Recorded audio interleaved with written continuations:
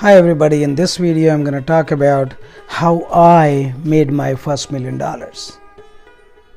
Now that's going to be interesting. A lot of you going to get inspired that how somebody can make $1 million in 7 years. Sure, I did it in 7 years. Now I'm going to share that story with you. Before I will share that story with you, I'm going to request you a couple of things. Very first thing, like I do in all my videos, that subscribe my channel please. Share this video with others, at least with your friends, at least 3 friends. And also, if you like the video, then click on like and write down the comments if you have any comments to write down. And also work very hard, save and invest money. You're not going to get anywhere if you don't work hard. You're not going to get anywhere if you don't save, and you're not going to get anywhere if you don't invest money. So successful people, they have work ethics. And now I say that save at least 65% to 80% of your net income. Now a lot of people are going to disagree with me. They say, well, it's not possible to save that kind of money. Sure, it is possible. Anything is possible in life if you put your mind into it. If you want to be financially successful, you can certainly do it. I have done it. Initially, I did not have anything. So what I had is a determination and a drive and a goal. So I wanted to be successful, so that's why I started working very hard and I started saving money and investing money, and that's what actually successful people do anyway. Now next videos I'm going to talk about what millionaires do, how they live, how they suppress their instant gratification and they invest money, and where they invest money. Why do people have to have 4 or 5 sources of income? That's how you become successful. So I'm going to talk about several videos, how to become a millionaire and how to think about money and how to be successful with money. So in this video I'm going to share my story about how I became a millionaire in 7 years. Sometimes it takes 7 years, sometimes to some people will take 10 years. So 1991, when I graduated from Indiana University, I had 2 routes to take. Very first route I had is this, that I go to graduate school. So get a PhD and then become a scientist, become a professor or whatever. And I did get accepted or about to get accepted in one of their university. Then I decided, well, that's not me, because my heart was in business. So I decided that I'm going to give myself 2 years in a business and see where I'm going to end up in business. And I knew that since I have a good degree, I can always go back to school and get a PhD, or at least I will get a very good job. Another choice I had is that I actually go and start working for somebody else as an entry-level chemist, which I decided not to. Because when I worked for people in McDonald's, or when I worked for people in delivering pizzas, I learned one thing. And even back in India when I worked for people, I learned one thing, that your entire day, at least 8 to 10 hours of a day, is taken over by somebody else, and they will definitely give you money for your work, but you are under somebody else's thumb. Well, nothing wrong with working for people, because that's how you get experience. But if you have a bigger goal in life, then you have to work for yourself. So I had a big goal in life, so I decided that I'm going to work for myself. And the reason I was totally dedicated to real estate, because I knew that that's the fastest way to become successful financially, or maybe millionaire. My goal was to become a millionaire, so I became one. Now I'm going to tell you how I became and why it is easy to become millionaire in real estate. So 1991, when I bought my first house, I was already had two jobs. Now I said just about a couple of minutes ago not to work for somebody, but everybody has to start from somewhere. So I worked for people. But my goal was not to continue to work for people, build my own financial future. So here I had 2 jobs, delivering pizza, working in the beauty salon, and I was saving $125 to $150 a day. So every 6 months I would have $15,000 to $18,000. So very first house I bought is a $50,000, and then second house, I think within a year I bought another house which was close to be $42,000 or $45,000. But when I was looking for a job for these properties, I wanted to make sure that they have positive cash flow, which means that they were already rented out, the tenants were already living in the house. I really didn't care much about the location. I really didn't know a whole lot about houses. In my previous videos I talked about it, how I learned about real estate. My goal was to have a positive cash flow and start building up assets. So let's say, for the sake of discussion here, I had two houses within year and a half or so, and they were close to $100,000. Now I have properties, assets close to $100,000. Now the reason I'm rounding these figures because I really do not know the cost.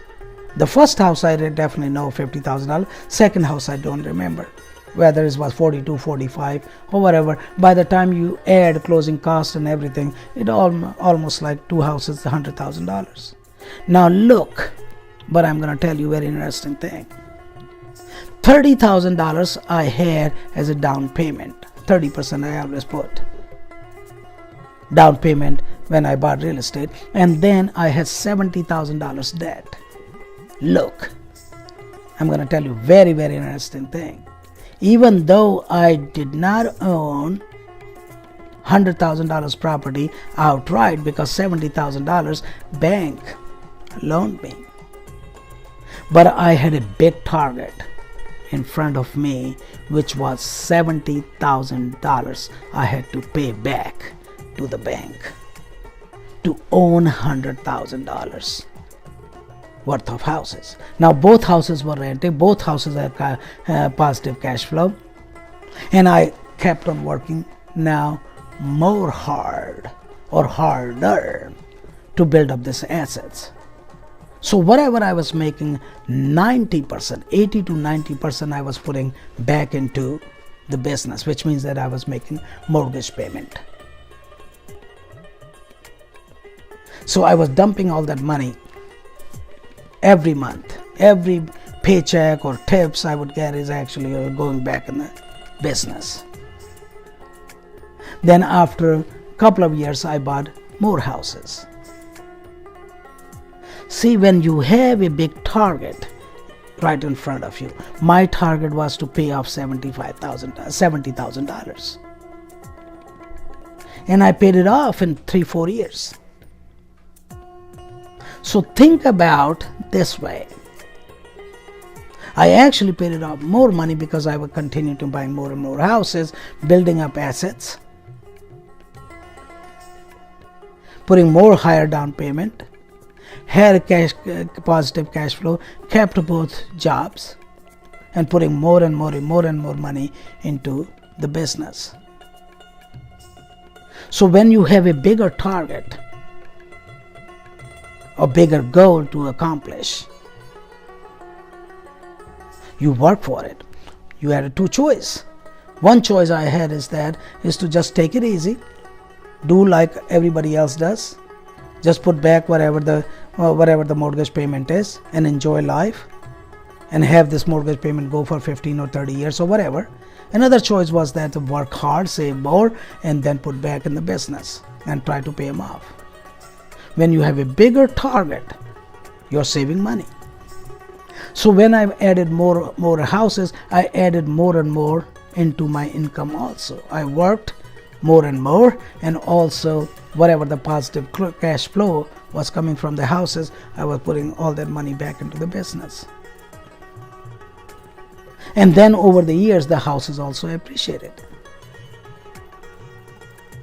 So that's how you save, and that's how you build up your assets. And I remember that within 7 years I had probably close to 7 or 8 houses. I don't remember exact number, but also in 7 or 8 years these houses appreciated. So not only just because I dumped the money I made back into the business, but also houses were appreciating and also the people were paying their rent. So if you focus on this idea and have a target in front of you, and if you work very hard and reinvest the money into the business and don't slack, you will become a millionaire and you will become faster than anybody else. It's all up to you that how fast you want to build your assets.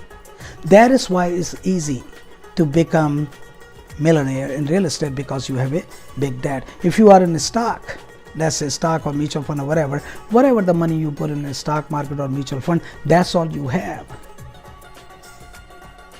You don't have assets. But in real estate, it gives you credit. It gives you something to look forward to pay off. And you have a big target in front of you. So work hard, save money, and invest. Work hard, save money, and invest. Now, I said all this very quickly and very fast, but I want you to think, having a bigger goal, bigger target in front of you, you will save more, you will work very hard, and you will accomplish your goal. That's how I did it. Think. Big target, it will motivate you. Big target, it will force you to pay off that debt. If you are paying off this debt, you are building up your assets. And that is why the real estate will make you successful financially in a very short time if you have a goal in front of you. Even if you have a $50,000 job or $100,000 job or whatever, you would not be able to save that kind of money unless you are totally focused. But you're already in debt because you borrowed the money. So it's all up to you how soon you want to pay off your debt. Nobody likes debt. I didn't like the debt. I don't owe anybody any money now. If I want to buy something, I will rather buy it cash. But you get to that position when you pay off your debt, then you will see how fast you will start building money. So this is how I did it. Big target, you pay off that target, pay off that debt. That means you're building up assets and your net worth goes up. Thank you for watching the video. Think about it. Tell your friends about my channel, Sharma the Man. Work hard, save, and invest. Next videos, I'm going to talk about how millionaires think, how they have different sources of income, and why they become millionaire, because their thinking is very different from the working class people. Nothing wrong with the working class people, just a different mindset. I'll see you in next video. Thank you very much.